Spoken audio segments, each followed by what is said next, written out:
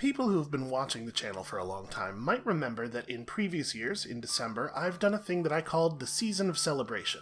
I called it that because I'm bad at naming things. I got as far as some basic alliteration and was like, okay, yeah, I'm done here.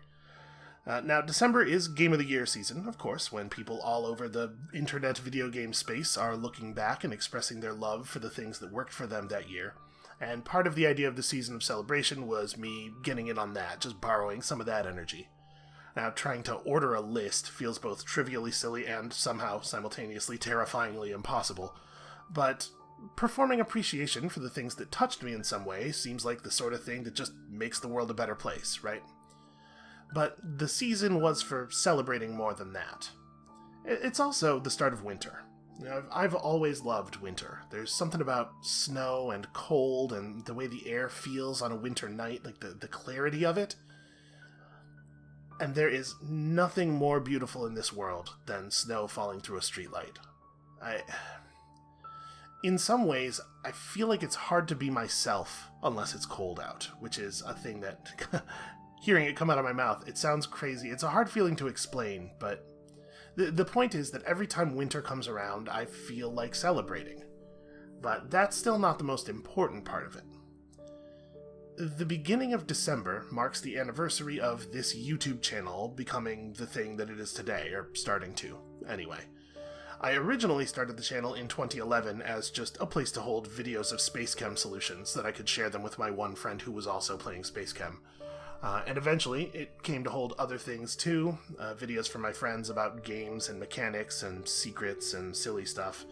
But it was on December 7th, 2015, that I posted my very first Let's Play videos, mostly out of spite against people in the Steam forums who were throwing temper tantrums about the Corpse and Hound update in Darkest Dungeon, which is ridiculous. What a good update.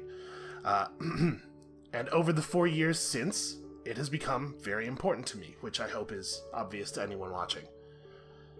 So, all of that is me taking the long road around to saying that despite it being kind of a silly idea with a bad name and a thing that I have no idea if anybody else even noticed me doing, the Season of Celebration is a very meaningful thing to me. But I haven't done it this year, which probably raises an obvious question. The fact is, it's hard for me to feel like celebrating right now. The last 6 months have been very difficult for me, and I'm in a place where it's hard to imagine things getting better. It's not to say that I don't think or believe that things will get better, but that I actually can't envision what that looks like anymore. I used to be able to see a vision of what my future might look like, but some things changed, and now when I look forward, I just don't see anything at all, which is hard. I have not been in a great place, and the effort of celebrating seemed Herculean, so I thought maybe I would just not, I've gone back and forth about it a lot. I've almost posted a video like this several weekends in a row, but you're hearing this now, so probably you can guess what I'm about to say next. Let me explain why, though. See, when I was younger, I was not a good person. I was angry. It felt like always angry, and I told myself that I was angry at other kids for being stupid and petty, and I was angry at adults for being dishonest and unfair and cruel, but I think now the truth is that I wasn't angry at anything or anyone.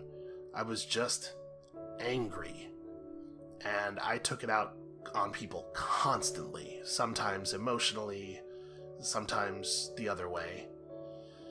I would say something mean or do something mean, like really horrible, and then I'd have to justify it to myself by convincing myself, well, they must have deserved it, right? I'm horrible, but I can feel okay about that if I can just convince myself that anyone that I want to be mean to is worse than I am, right? And that feeling that I could gin up, that feeling of being better than, that self-righteousness, it became kind of an addiction. And conveniently, it didn't require me to examine myself or my behavior at all.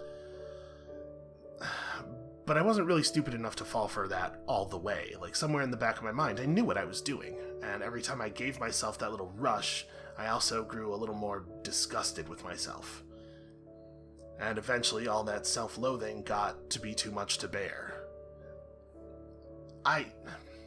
There was a time in my teens when I hated myself. I hated who I was, and I kind of grew to hate pretty much everyone else on the way there. You know, I never felt happy, and I was sick of it. I was sick of me. I was 16 or 17 when I nearly committed suicide because I couldn't see how to fix this thing that I had let fester. But one day I had an epiphany. Now, as most epiphanies do, it came while I was watching Fooly Cooly. For those who are unfamiliar, Fooly Cooly is an anime series from the early 2000s, which is about a boy growing into a young man in Japan, and also it's about trauma and sadness and intracranial portals and space police and robots, and there's this huge iron that's trying to terraform the... You know what, it doesn't matter what it's about. The important thing is, there's an episode focused on a girl called Nina Mori that's about her school putting on a play, but also it's about aliens and this giant spider that... It doesn't matter. It doesn't matter what it's about. What matters is that Nina Mori is not happy with her life. And the school play, which is based on the Puss in Boots fairy tale, gives her an idea.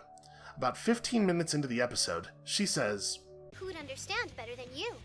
You're Puss in Boots, the one who tricks the prince. He hides who he really is and pretends to be someone else forever. But in time, he becomes that person, so his lie becomes the truth, see? He transcends the mask. Well, don't you get it? That's how he finds happiness. That's pretty good, right?" And that hit me like a bolt of lightning. Like, yeah, that is pretty good. But can you just do that? Is it really that easy?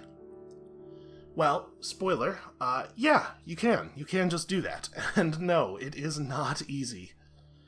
It took some time to figure out who I wanted to be. But once I had some pieces of it in my head, I just started acting like I already was that guy. It's hard to fight years of built-up habit and the ruts that your brain develops, but, I mean, at first I failed a hell of a lot more than I succeeded. But over time, as I was less shitty to people, being less shitty became my built-up habit, and it got easier, or maybe I just got better at it. But either way, it was working. You know, I continued to figure out who this new person was, a person that I liked, a person I could be happy to be, and even though I definitely didn't always feel like him on the inside, I thought hard and I worked hard to be him on the outside. And it turns out, good is not a thing you are, it's a thing you do. Kurt Vonnegut is famously quoted as saying, "We are what we pretend to be, so we must be careful what we pretend to be." I'm going to be honest with you, I'm not super familiar with his work, and I don't know if he actually said that. This might be one of those pop culture misquoting things. It doesn't really matter, though, because whether or not he said it, in my experience, this is a true statement. And so, carefully and consciously, I became the person that I am, and I am still becoming the person that I will be. So how does any of that relate to this idea of celebration? Well, like I said before, I've had a very difficult time these past months, and I know that when I get depressed, I have a tendency to let it hold me down, prevent me from doing things, prevent me from even getting out of bed.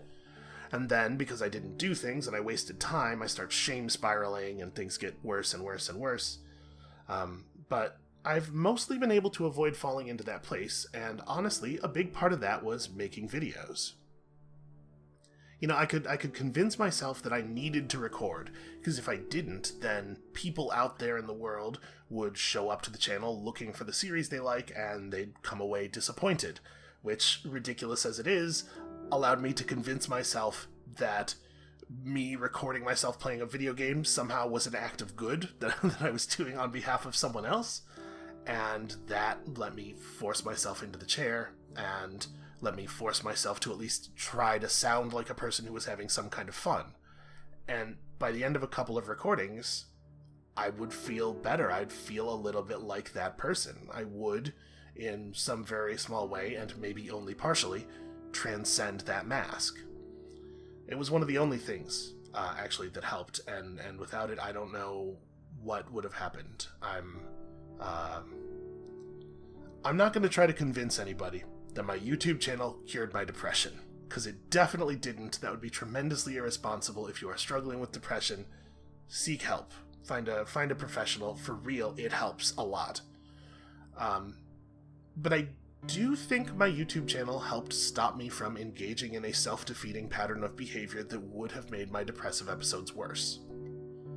And if you're a person who has been watching videos here in the last few months, you had a hand in that. So, thanks. So all of this is to say, I don't really feel like celebrating, but I'm still going to, because I believe that acting like a guy who feels that it's worth celebrating, that it's worth being consciously positive about the things in my life that are worth being positive about, is the first step toward being that guy. So, let's talk about some video games, shall we?